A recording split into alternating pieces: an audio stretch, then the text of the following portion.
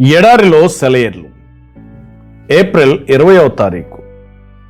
శక్తి చేతనైనను బలము చేతనైనను కాక నా ఆత్మ చేతనే ఇది జరుగునని సైన్యములకు అధిపతియగు యెహోవా సెలవిచ్చెను. జకరియా గ్రంథము 4వ అధ్యాయము 6వ వచనం. ఓసారి నేను కొండ ఎక్కిపోతున్నాను. ఆ కొండ మొదట్లోనే సైకిల్ మీద వెళుతున్న ఒక కుర్రాడిని చూశాను. నేను కొండ మీదికి ఏటవాళ్ళలో మాత్రమే కాక ఎదురు గాలిలో తొక్కుతున్నాడు. అతను చాలా కష్టమైపోయింది. చెమటలు కక్కుతూ తాను చేయగలిగిందంతా చేస్తూ తొక్కుతుంటే అదే దిక్కుగా వెళుతున్న ఒక ట్రాలీ కారు వచ్చింది. అది అంత వేగంగా పోవడం లేదు. ఆ కుర్రవాడు అందుచేత ఒక చేత్తో ఆ ట్రాలీని పట్టుకోగలిగాడు.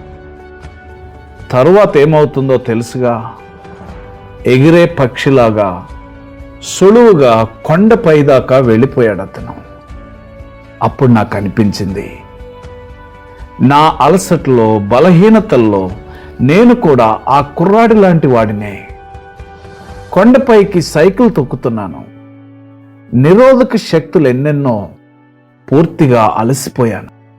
కానీ ఈ ప్రక్కనే గొప్ప శక్తి నా అందుబాటులోకి వచ్చింది. ప్రభు యేసు శక్తి. నేను కేవలం ఆయనతో సంబంధం కల్పించుకొని ఆ సంబంధాన్ని కొనసాగిస్తే చాలు. ఆ పిల్లవాడు ఒక చేత్తో ట్రాలీని పట్టుకున్నట్టు ఒక్క వేలంత విశ్వాసంతో యేసుని పట్టుకుంటే చాలు.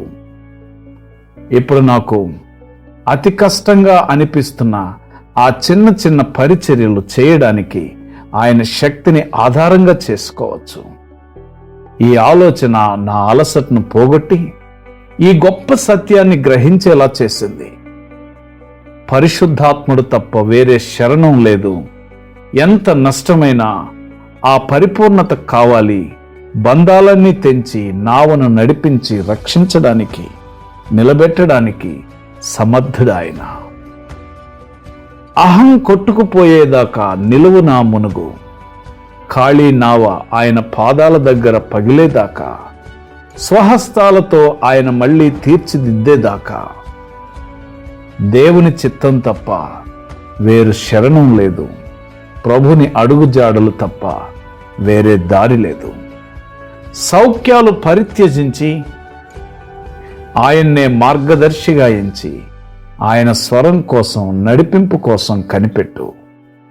స్వంత ఆలోచనల్ని వెలివేశాను నేడు. నిరంతరం ఆయన సంకల్పమే శిరోధార్యం. నా ఆశలు, ఆశయాలు ఆయనతో పాతిపెట్టాను. ఏమీ లేనివాడినైనా ఆయనలో అన్నీ ఉన్నవాడినే. అన్నీ వదిలి ఆయనకి బందీనైనాను. ప్రేమ బంధకాల్లో ఉన్న స్వతంత్రుణ్ణే. సందేహాల నుంచి, పాపపు చెర నుంచి, ఆందోళన, భారం, బాధల నుంచి అన్నీ వదిలాను. ఎంత మధురం ఈ విశ్రాంతి! ఆయన పాదాల దగ్గర వేచి ఉన్నాను. నా అంతరంగాన్ని కడిగి శుభ్రపరిచే ఆ దివ్యమూర్తి దర్శనం కోసం వస్తాడు ఆయన. నాలో పరిశుద్ధాత్మ నింపుతాడు. ఆయనలో నేను తృప్తి పడ్డాను, పరిపూర్ణత చెందాను. నాలో వెలిగే జీవన జ్యోతి కొడిగట్టదు. ఆయనతో నా నిబంధన వీగిపోనంత వరకు. నీ పరిచర్యలో లేక నీ దైనందిన జీవితంలో నీవు పోరాడే అనేక పోరాటాల్లో కష్టపడి చెమటలు కక్కుతూ ఆ పని భారమై విసికి వేసారిపోతున్నావా? చిటికిన వేలంత విశ్వాసంతో ఆయన చెయ్యి పట్టుకో. నిన్ను ఆయన నడిపిస్తారు. ఆయనతో అది ఎంత దూరమైనా, ఎంత భారమైనా నీవు ముందుకు కొనసాగవచ్చు. ఆయన సహాయంతో ముందుకు కొనసాగే కృప పరిశుద్ధాత్మ దేవుడు నీకు అనుగ్రహించునుగాక. ఆమెన్.